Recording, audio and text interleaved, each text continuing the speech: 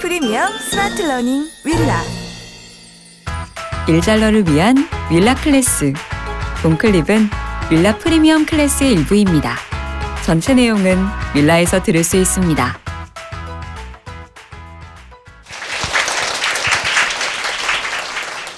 네, 안녕하세요. 저 CES 2020 리뷰를 할 스타트업 얼라이언스 임정욱입니다. 저는 오늘 그 CES란 무엇인가, 왜 의미가 있는가 하고 이번 CES에서는 어떤 점들이 좀 화제가 됐는가에 대해서 좀 말씀을 드리도록 하겠습니다.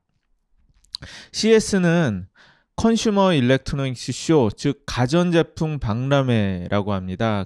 처음에는 가전제품 전시회로 시작을 했지만 이제는 모든 제품이 인터넷에 연결되고 기술이 모든 제품 산업에 영향을 주는 세상이 되면서 참가 기업과 참관객이 계속 늘어나는 그런 추세가 되고 있습니다. 특히 거의 한 10년 전부터 자동차 관련 기술 전시가 늘어나면서 가전을 넘어서서 인공지능, 스마트홈, 스마트폰, 그리고 가상현실, 모빌리티, 로봇, 3D 프린터, 드론 등 거의 모든 것을 아우르는 종합기술 전시회로 발돋움을 했습니다. 그래서 2020 올해에는 4,500개 정도의 전 세계에서 온 업체들하고 약 18만 명의 참관객이 왔다라고 할 정도의 그런 매머드급의 전시회고요. 한 곳에서 주요 기업들의 수많은 키노트 발표와 함께 심혈을 기울인 전시장 전시를 보면서 그의 기술 트렌드를 파악할 수 있다는 그런 장점이 있습니다. 제가 처음 CES에 가본 게 2013년인데 그때만 해도 한국 기업들이 한 100개 좀 넘는다라고 이야기를 했었는데 지금은 그 390개, 거의 400개 가까이 갔다라고 할 정도니까 사실 굉장히 많고요. 미국 기업, 중국 기업 다음으로 한국 기업이 많다라고 할 정도로 이렇게 CES에 한국의 관심이 높다라고 할 수가 있습니다.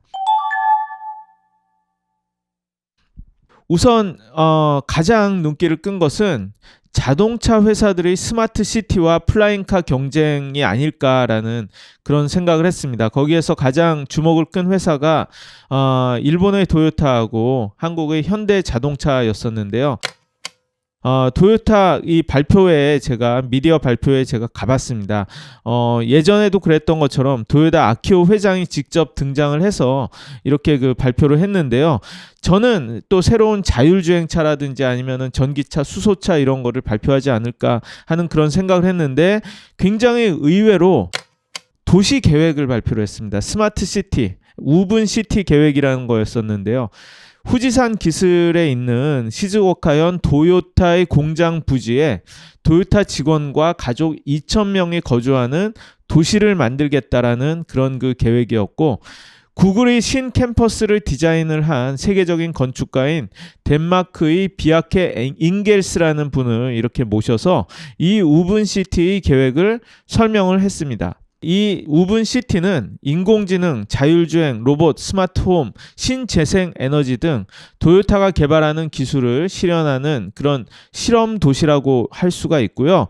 도요타 직원, 은퇴자, 연구자 등 한 2,000명이 사는 그런 스마트 도시로 키운다라고 이런 이야기를 합니다. 그래서 도요타 회장은 영화 필드 오브 드림에 비유를 해서 우리가 만들면은 그들이 올 것이다라는 그런 이야기를 이렇게 하면서 이런 그 비전을 유머러스하게 좀 발표하기도 이렇게 했었는데요. 그래서 실제로 그 도요타의 그 부스에도 가보면은 우분시티 계획을 이렇게 발표를 하고 특히 도요타가 2018년에 CES에서 공개를 했던 자율주행 셔틀인 이팔레트라는 것을 전시를 하면서 이게 이 도시의 생활에 핵심적인 그런 그 역할을 할 것이다라는 이런 이야기를 했습니다. 도요타의 발표가 있고 몇 시간 뒤에 또 현대 자동차가 미디어 발표를 했습니다. 현대 자동차의 발표장은 굉장히 좁아서 그 기자들로 이렇게 정말 꽉 찼었는데요. 제가 가서 직접 이렇게 봤는데 현대차의 중요한 새 임원이 나와서 계획을 발표를 했습니다. 일단은 그 지영조 사장이 나와서 텍사스 오스틴대 마크만 이 교수와 함께 미래 도시에 대한 그런 그 이야기를 했는데요.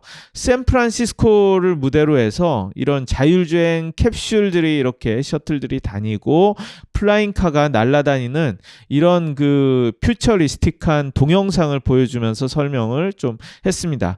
그런 다음에 도시항공 모빌리티 서비스 개발을 담당하는 신재원 부사장이 이렇게 나오셔서 개인형 항공 모빌리티 이런 비행체인 SA1이라는 것을 모형과 함께 이렇게 그 발표를 하면서 전기 추진 기반으로 개인형 항공 모빌리티 사회가 올 것을 이렇게 발표를 했습니다. 그래서 저런 것들을 발표를 하면 어떻게 서비스를 할까 조금 궁금하던 차에 그 우버와의 이런 제휴를 발표를 하면서 우버와 손을 잡고 이런 그 이 항공 플라잉카 서비스를 하겠다라는 이런 그 계획을 발표를 했고요.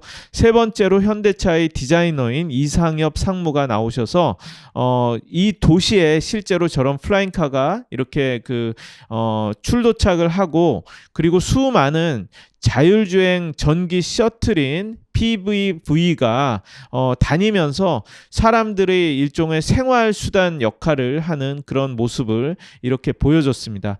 저런 캡슐 자체가 식당이 되고 카페가 되고 호텔 등이 되면서 저런 허브에 붙었다가 떨어졌다 하면서 이동을 하면서 사람들의 생활을 이렇게 이 도와준다라는 그런 발표를 했고 마지막으로 정의선 부회장이 등단해서 그래서 이런 그 스마트 시티 현대차가 그리는 플라잉카가 현실화된 스마트 시티가 언제쯤 올 것이냐 이것은 2028년 그러니까 앞으로 10년 뒤에 상용화가 된다라고 이렇게 이야기를 했습니다. 그래서 이렇게 기자들이 많은 관심을 모았고 현대자동차의 부스에도 보면 일반적인 자동차가 없고 이런 그 플라잉카가 이렇게 전시가 됐고 이런 그 자율주행 캡슐이 전시가 되어 있어서 좀 너무 미래를 이렇게 본 게 아닌가 하는 좀 그런 생각까지 들 정도였습니다. 이번 CES에서는 확실히 생각보다 시간이 걸리는 자율주행차 대신 모빌리티의 좀 그 미래에 대해서 자동차 회사들이 많이 고민을 하고 있다라는 그런 느낌을 많이 받았고요. 그래서 특히 인상적이었던 게 스마트 시티 고민에 나선 도요타와 현대차 그리고 다임러 벤츠 같은 경우는 좀 친환경 전기차 같은 것들을 좀 이렇게 내세웠고요. 그리고 이제 테크는 IT 기업의 전유물이 아니고 모든 회사들이 이런 테크를 중시하기 시작을 했고 테크를 이용해서 특히 고객 경험을 어떻게 더 낮게 만드느냐에 대해서 노력하고 있다는 것을 델타 항공의 키노트를 통해서 좀 느꼈다라고 말씀을 드릴 수가 있습니다. 어쨌든 가장 중요한 그런 그 CES의 메시지는 이거인 것 같아요. 그 CES를 통해서 본 첨단 기술 이런 방향을 나에게 우리 조직에 어떻게 적용을 해서 문제를 풀고 고객을 만족시킬 것인가라는 것이 아닐까 합니다. 그래서 앞으로 이런 기업들의 미래 성장 방향에 대해서 힌트를 얻는 것이 거기에 CES의 의미가 있지 않나 생각을 합니다. 지금까지 긴 이야기를 들어주셔서 감사합니다.